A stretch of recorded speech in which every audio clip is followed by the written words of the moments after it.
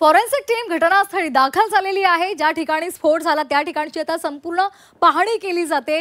हाती काय काय लागतंय हे पाहणं महत्त्वाचं आहे। परिसरातील इमारतींच्या छताची त्यांनी पाहणी केली आहे आणि इमारतीच्या एका छतावरून काही साहित्य सुद्धा जप्त करण्यात आले। आताची महत्त्वाची बातमी, फॉरेन्सिक टीम कडून आता संपूर्ण या परिसराची पाहणी केली जाते।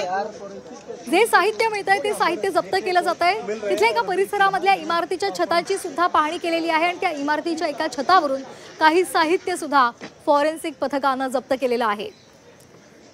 क्या इनकी फाइलिंग से, क्योंकि ये रिपोर्ट उन्हें देनी है और दिन के 12 बजे ये रिपोर्ट आएगी, जो पहली रिपोर्ट होगी, हालांकि उसके बाद ये रिपोर्ट हो।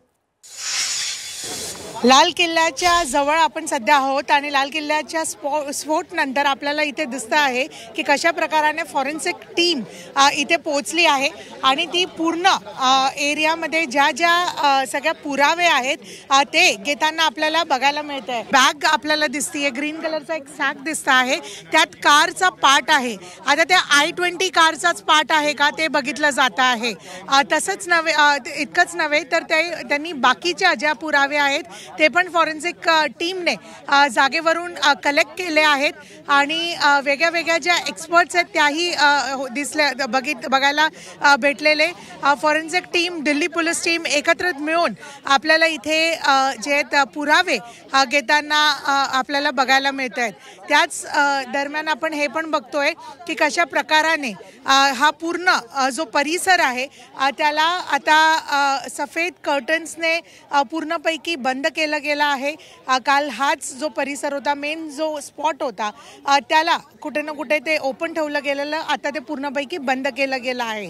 तसंच NSG कमांडो सुद्धा इथे आजही पोहोचले आहेत आणि ग्राउंडवर चौकशी सुरू आहे, इन्व्हेस्टिगेशन सुरू आहे असं समजून येत आहे।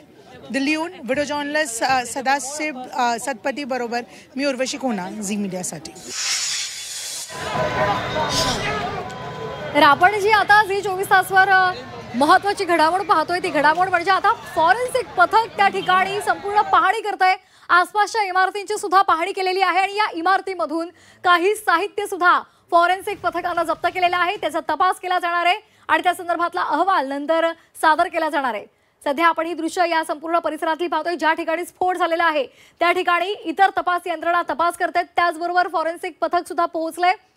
त्या संपूर्ण अपघातग्रस्त गाडीचे जे जे भाग मिळत आहेत ते भाग सुद्धा जप्त केले जात आहेत आणि त्यानंतर इतर ज्या इमारती आहेत तिथे सुद्धा पाहणी करून तिथलं सुद्धा साहित्य जप्त केलं जात आहे।